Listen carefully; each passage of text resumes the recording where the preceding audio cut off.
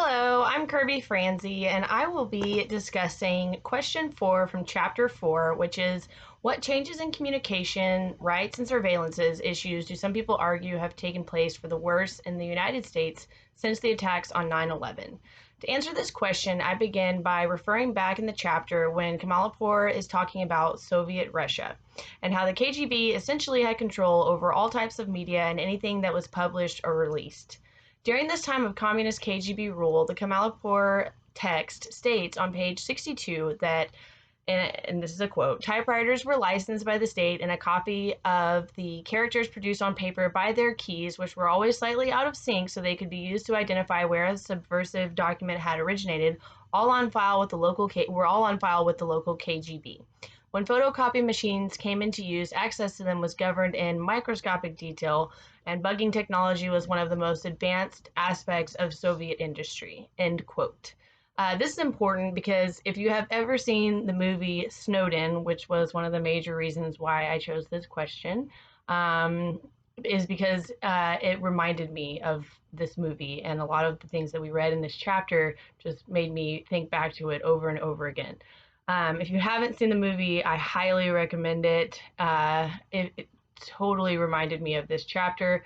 If you're familiar with the story of Edward Snowden, the former CIA agent who, while under contract for the NSA, the National Security Administration, went rogue in order to divulge classified information to the public about the background workings of the government in a post 9/11 world.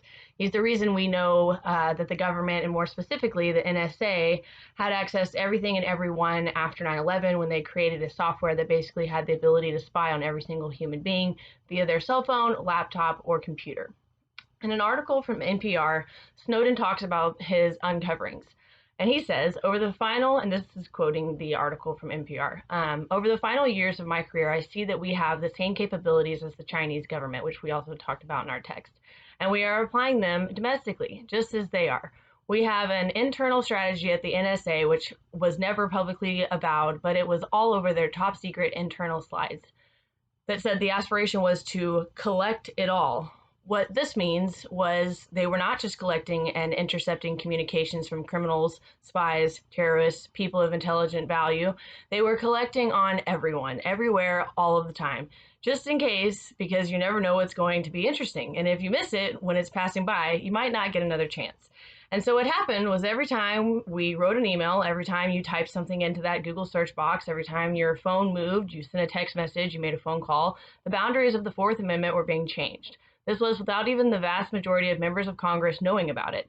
And this is when I started to think about maybe we need to know about this. Maybe if Congress knew about this, maybe if the courts knew about this, we would not have the same policies as the Chinese government. End quote. The book mentions post 9/11 on page 66, where Kamalapur says,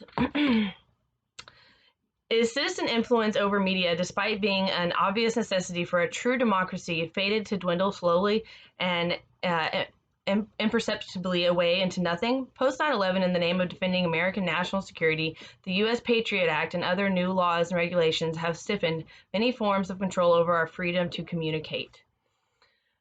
And just to shed light on a few of the aspects of the Patriot Act that was passed shortly after 9/11, it states that it allows law enforcement to use surveillance against more crimes of terror.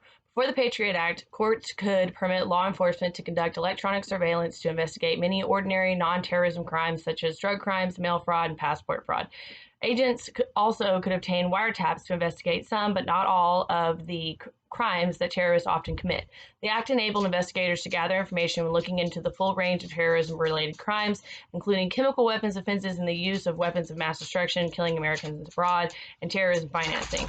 It also allows law enforcement to conduct investigations without tipping off terrorists. In some cases, if criminals are tipped off too early to an investigation, they might flee, destroy evidence, intimidate or kill witnesses, cut off contact with associates, or take other action to evade arrest. And then it goes on to explain that. Some people may listen to this video and think that I'm a crazy conspiracy theorist. People who think that Snowden was a traitor and that he violated the Patriot Act and that he, deserves to be in Russia, where he finally recently was able to call home, would think that everything that I'm saying is crazy and ridiculous. But that's why this is a discussion board. So to say that our government basically turned into what sounds like Soviet Russia from back in the day and current China would certainly have to be what I would consider the worst changes in surveillance and rights post 9/11. I am interested to hear any of you all's responses and how you all feel about Edward Snowden and how it related to this chapter, or if it even reminded you of Edward Snowden in this chapter. I look forward to your responses. I appreciate you listening to my video, and I hope you all have a good night.